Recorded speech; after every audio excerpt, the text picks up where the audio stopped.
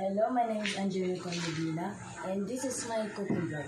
Today I'm going to cook chicken adobo, and here are the ingredients that you need. Chicken which is already boiled to remove impurities, oil, vinegar, soy sauce, onion, garlic, pepper to get more spicy,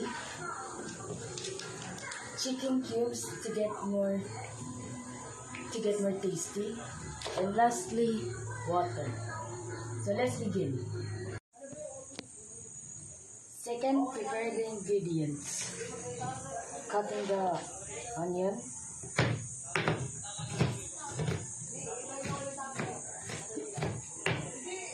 cutting the garlic,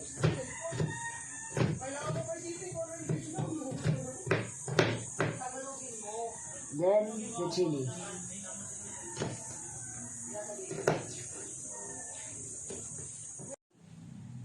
And now, let's cook it.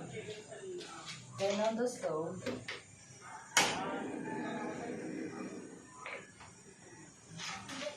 Heat the pan.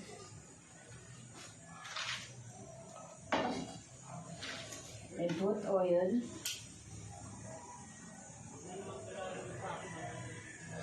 And now, wait the oil until it's heated.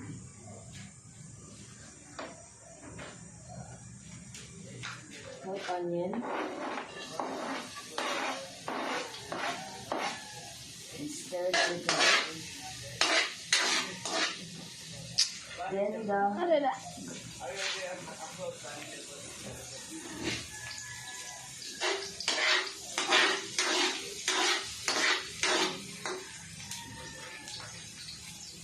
Then the garlic and chili.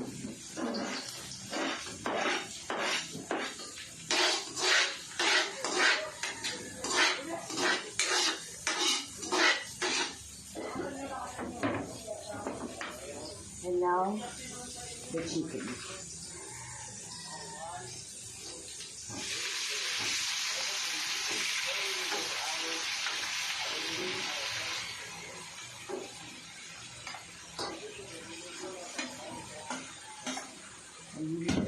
And stir it again.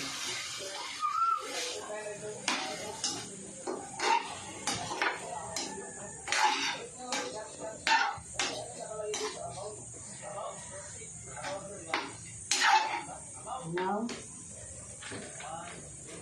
put soy sauce and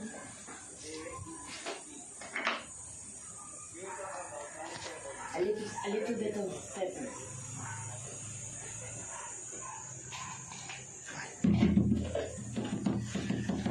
And water.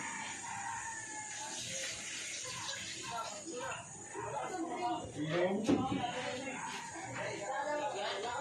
close it until it's cooked.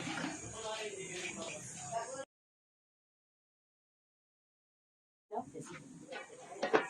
it's cooked and it smells delicious. Let's try it. It's so yummy. Now, let's eat lunch.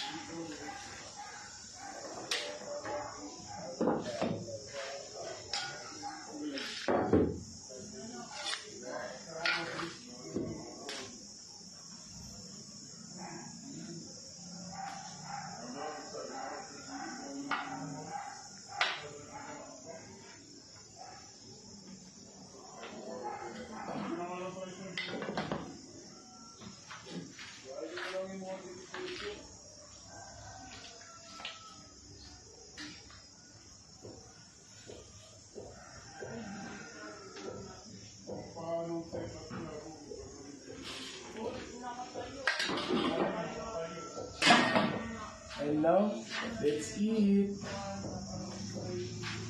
And now, let's taste it.